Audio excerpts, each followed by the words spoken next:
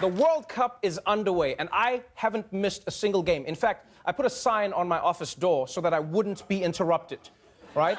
Yeah, I know, I could just say that I'm watching soccer, but I don't want my American coworkers to look at me weird. So, that's what I did. For a complete World Cup date, let's go to Roy Wood Jr. and Michael Costa in our sports segment. I apologize for talking while you were talking.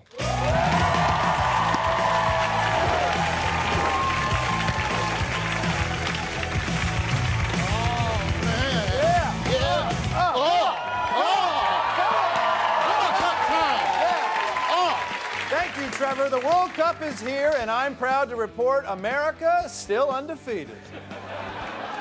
America's not in the World Cup. Exactly. You can't lose what you don't play, Roy, so... Anyway, 32 other countries are playing in the World Cup, and the favorites are struggling. Portugal forced Spain to a tie in their matchup. That makes sense, Roy. They tie in everything. Same peninsula, same language. Different language. Same culture. In fact, I think they tied because they both stopped for a little siesta halfway through the game. That was 100% wrong. Now, yesterday we also saw Switzerland fight the mighty Brazil to a tie. And before that, Argentina and Messi only tied against Iceland. Iceland! A country so small that Bjork was a sub on their bench. That's true. Wow. But the biggest shock so far was that Mexico beat defending champion Germany, which was a literal seismic upset. A huge upset at the World Cup as Mexico defeated the defending champions, Germany. And there were shock waves, literally, in Mexico City. At nearly the same time that one Mexico goal was scored, sensors detected a mini earthquake.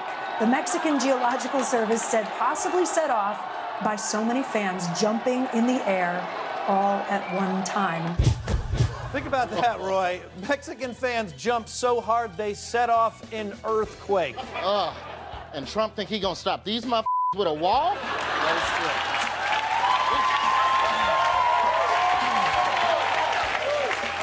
But my favorite part of the World Cup is how all the countries from all around the world bring all their unique cultures and traditions to Russia, and Russia does not like it.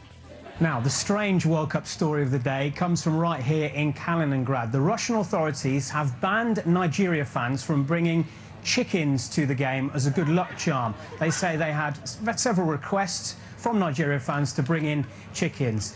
I've not spoken to any Nigeria journalists or fans who remember ever wanting to bring chickens into a game, but the Russian authorities say that this will be a chicken-free zone on Saturday night.